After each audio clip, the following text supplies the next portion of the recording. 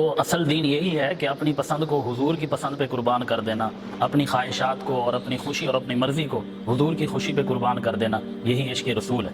اور صحابہ کرام نے اس طرح کیا اور وہ دنیا اور آخرت میں کامیاب ہوئے۔ روایات میں آتا ہے کہ ایک صحابی آپ صلی اللہ علیہ وسلم کی خدمت میں حاضر ہوئے۔ ابتدا اسلام کا زمانہ تھا، احکامات ابھی نازل ہو رہے تھے،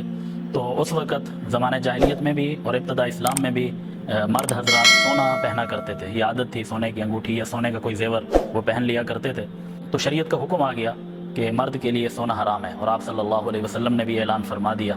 لیکن وہ صحابی جنہوں نے سونے کی انگوٹھی پہنی ہوئی تھی، ان تک ابھی یہ حکم نہیں پہنچا تھا، ان کے علم میں یہ نہیں تھا کہ اللہ تعالیٰ نے مرد کے لیے سونا حرام کر دیا اور آپ صلی اللہ علیہ وسلم نے اس سے منع فرما دیا ہے۔ وہ سونے کی انگوٹھی پہن کر آپ صلی اللہ علیہ وسلم کی خدمت میں حاضر ہوئے، تو آپ نے جب ان کو دیکھا کہ اس نے سونے کی انگوٹھی پہنی ہوئی ہے، آپ نے ان کو اپنے قریب بلایا، اپنے ہاتھ مبارک سے اس کی انگلی سے وہ انگوٹھی اتاری اور اتار کے پھینک دی، اور فرمایا کہ اللہ تعالیٰ نے مرد کے لیے سونا حرام کر دیا ہے، تو اب مردوں کے لیے سونا پہننے کی اجازت نہیں ہے۔ اس کے بعد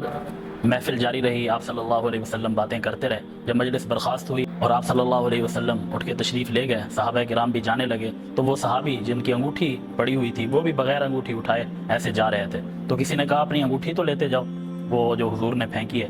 تو ٹھیک ہے تمہارے لیے یہ حرام ہے، تم نہیں پہن سکتے، لیکن اپنے گھر والوں کو دے سکتے ہو، تمہارے گھر والے پہن لیں گے، کوئی عورتیں پہن لیں گی، نہیں تو اسے بیچ کے کوئی قیمت وہ اپنے کام میں تم لگا سکتے ہو۔ تو صحابی نے کیا ایمان افروز جواب دیا، تو صحابی نے کہا جس سونے کو حضور نے پھینک دیا ہو وہ سونا میرے لیے مٹی کے برابر بھی نہیں ہے۔ تو یہ صحابہ کرام کی حضور سے محبت تھی کہ اپنی پسند کو حضور کی پسند پہ انہوں نے قربان کر دیا۔ اب ہم عشق رسول کا دعویٰ کرتے ہیں، محبت رسول کا دم بھرتے ہیں، اور جو ہمارے معیار کے مطابق حضور سے محبت نہیں کرتا، ہم اسے گستاخ رسول پتہ نہیں کیا کیا القابات سے نوازتے ہیں۔ لیکن جب ہم اپنے عمل کو دیکھیں، اپنے کردار کو دیکھیں، کیا ہماری پسند حضور کی پسند کے مطابق ہے، ہماری خوشی حضور کی خوشی کے مطابق ہے، ہمارا عمل حضور کی تعلیمات کے مطابق ہے یا نہیں، یہ ہمارے لیے ایک لمحہ فکری ہے۔